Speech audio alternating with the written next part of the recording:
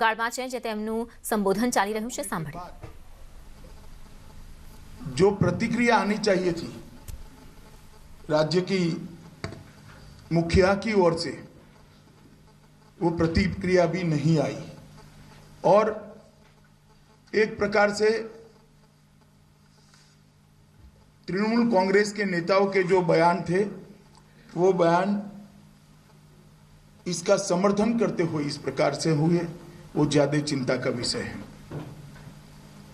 जहां तक बंगाल का सवाल है, बंगाल के अंदर पहले कई बार मैंने कहा है, मैं आज इसकी डिटेल में नहीं जाऊंगा, परंतु मैं उल्लेख इसका जरूर करना चाहता हूं कि राजनीतिक हिंसा चरम सीमा पर है।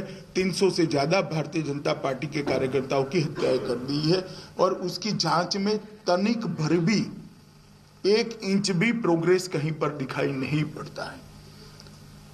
भ्रष्टाचार भी चरम सीमा पर है। साइक्लोन के राहत का जो पैसा देना होता है, भारत सरकार जो भेजती है, उसमें भी सत्ताधारी दल ने अपने कार्यकर्ताओं का उपयोग कर कर बेफाम भ्रष्टाचार किया। मोदी जी ने गरीबों के लिए खाना भेजा, कोरोना के काल में 9 महीने तक उसके पूरे की पूरी बोरियां गायब हो गई, गरीब भूखा रहा। इसकी जिम्मेदारी किसकी है? क्या सत्ता में है उनकी? नहीं है। हाई कोर्ट ने दखल करनी पड़ती है, सीएजी के स्पेशल ऑडिट के लिए ऑर्डर करने पड़ते हैं। और क्या डर है सीएजी के ऑडिट से? क्यों इसके खिलाफ सुप्रीम कोर्ट में जाना पड़ता है?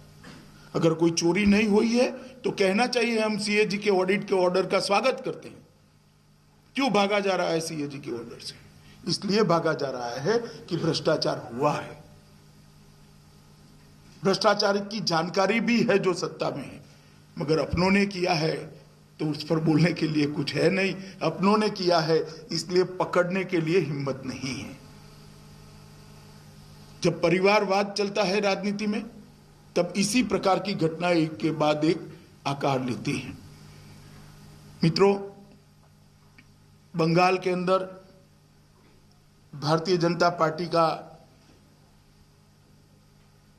तैयारी का जो अभियान है, उसमें 2 दिन से मैं बंगाल में हूं। कल भी मैं एक बहुत बड़ी रैली में गया था। तृणमूल कांग्रेस, टीएमसी और कांग्रेस पार्टी से बहुत सारे नेताओं ने भारतीय जनता पार्टी ज्वाइन करी। श्री शुभेंदु अधिकारी ने भी भारतीय जनता पार्टी ज्वाइन करी।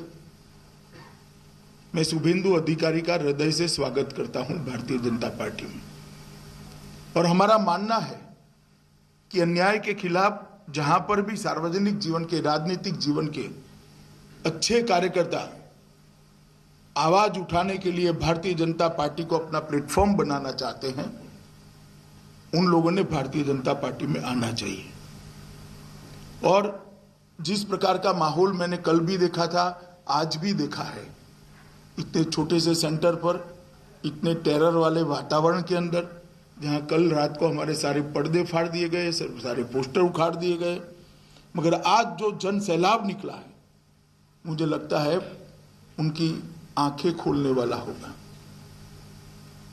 शायद ही इतने छोटे सेंटर पर इस प्रकार का भव्य रोड शो हुआ होगा। इसलिए मैं यहाँ की जनता का भारतीय जनता पार्टी की ओर से हृदयपूर्वक धन्यवाद कहना चाहता हूँ।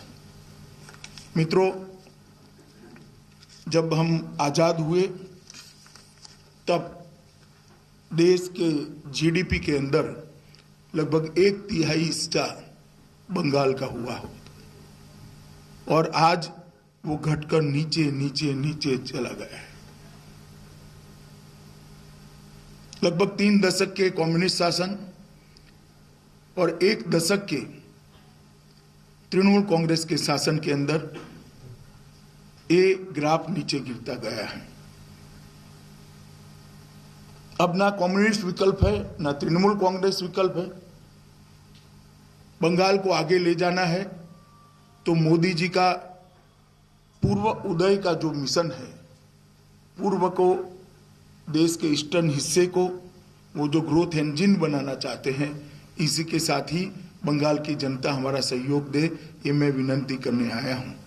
हमारा संकल्प है कि मोदी जी के नेतृत्व में हम बंगाल को फिर से एक बार सोनार बांग्ला बनाने की दिशा में आगे बढ़ेंगे। जब देश आजाद हुआ, इंडस्ट्रियल प्रोडक्शन में बंगाल का योगदान 30% था। आज जो गिरते गिरते 3.5% रह गया है। मैं पूछना चाहता हूं ममता दीदी और कम्युनिस्ट पार्टी को, कौन जिम्मेदार है इसके लिए? 30% से 3.5%। मित्रों, जहां पर रोजगारी का सवाल है, सेटिस्फेक्शन रेशियो 27% था पहले 1960 में, आज वो 4% पर पहुंच गया। 27% से 4%। ये जो गिरावट है, इसके लिए कौन जिम्मेदार है? प्रति व्यक्ति आय 1960 में महाराष्ट्र की प्रति व्यक्ति आय से 105% ज्यादा थी, लगभग 2 गुना थी बंगाल की।